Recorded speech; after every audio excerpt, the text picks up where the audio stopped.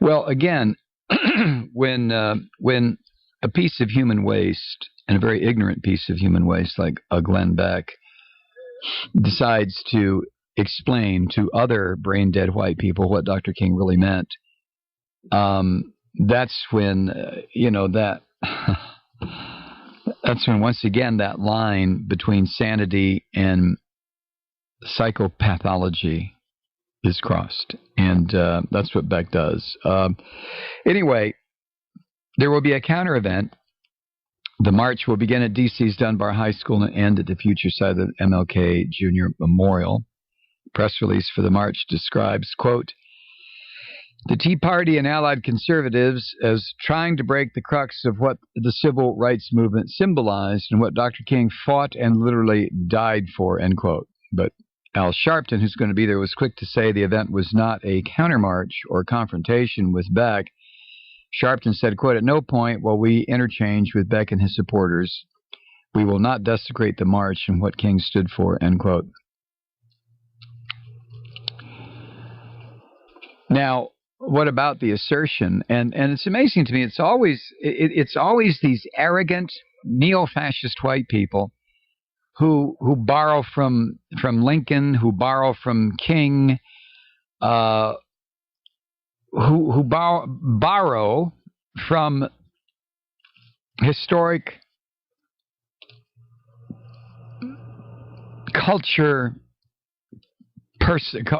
personifications of the black struggle and try to use it. They distort it, and the ways they distort it are subtle.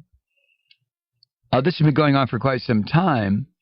You know, demands for justice and equality by white folks where it concerns their competition with blacks is almost laughable, except for the fact that white people,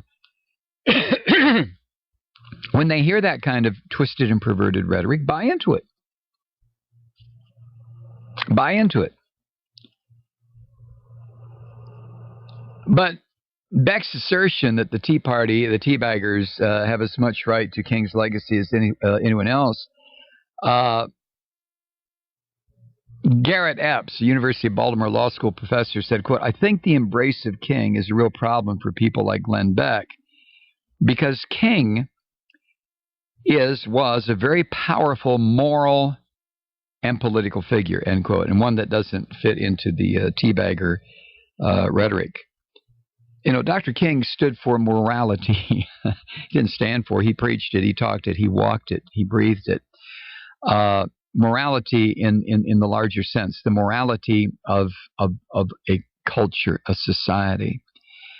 And don't forget, he wasn't assassinated until he identified the United States as the single biggest exporter of terror on earth, and militarism and war and death and destruction, which is absolutely the truth. But in so many instances, the people who bring big truths are usually the people who are shot dead or drowned or hanged or lynched or done away with as quickly as possible.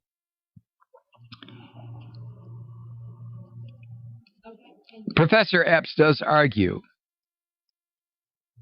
that Beck presents a revisionist history that allows ultra-conservatives like Beck a seat at the table of brotherhood that King memorialized in his speech. This is where the white racist bastards always come out on top.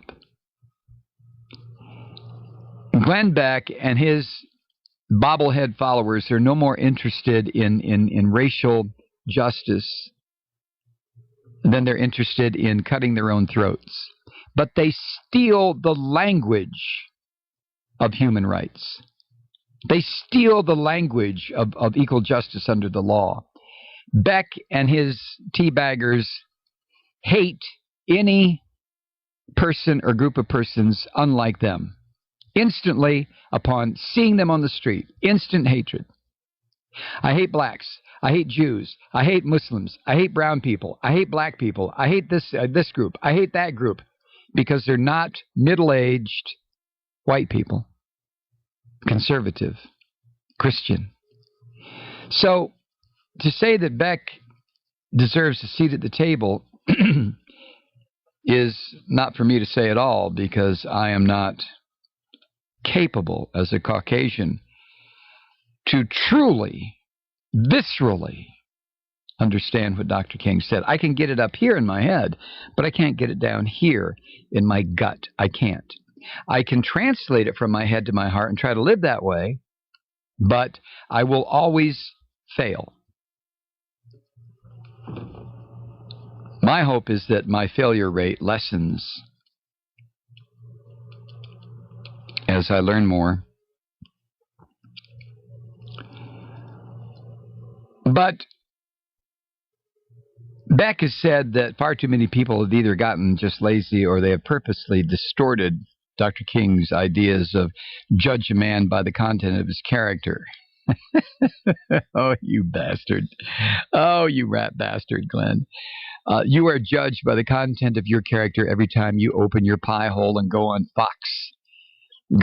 Fox Propaganda Network and distort any truth that you can get your weird mind around. Judge a man by the content of his character. When do you suppose Glenn Beck has ever done that? But he doesn't even do that in his own family. But to hear a person like Beck, who understands fully what he is trying to provoke. What Beck wants on August 28th is a race war. He wants blacks and whites to begin killing each other at his feet. He wants to stand up there with that militaristic neo-Nazi attitude and appearance that he so easily exhibits. And I wouldn't be surprised to see him wear a long-sleeve shirt with an armband and a black tie. We'll see. But what Beck wants on that day is mayhem, blood, and gore. And I don't mean Al Gore. He wants to see violence. That's what he is trying to provoke. This is what Beck has been trying to provoke ever since before Barack Obama was elected president. In calling Obama a racist, in pouring fire or alcohol on this fiery kind of bigotry and ignorance that defines the teabagger. Beck has been hoping and pushing and probing and prodding, trying to get people to take up guns and kill each other. He wants it. He wants it desperately, because Beck understands a very essential truth about himself. That no matter how much money he has, or how many books he writes, or how many stations he's on, or how much television, how many people watch the television program, he will always, always, always be a complete loser. Totally. You know, he can stand in front of his chalkboard and rail and preach and bitch and froth and foam, but it means nothing. And Beck understands that. His followers don't. You know, his followers believe they found a perfect master, and, you know, in order to find a perfect master, you've got to be willing to be a perfect slave. And that's what his followers have done. So they look at Beck as like, oh, my God. Oh, Glenn, you speak such essential truths.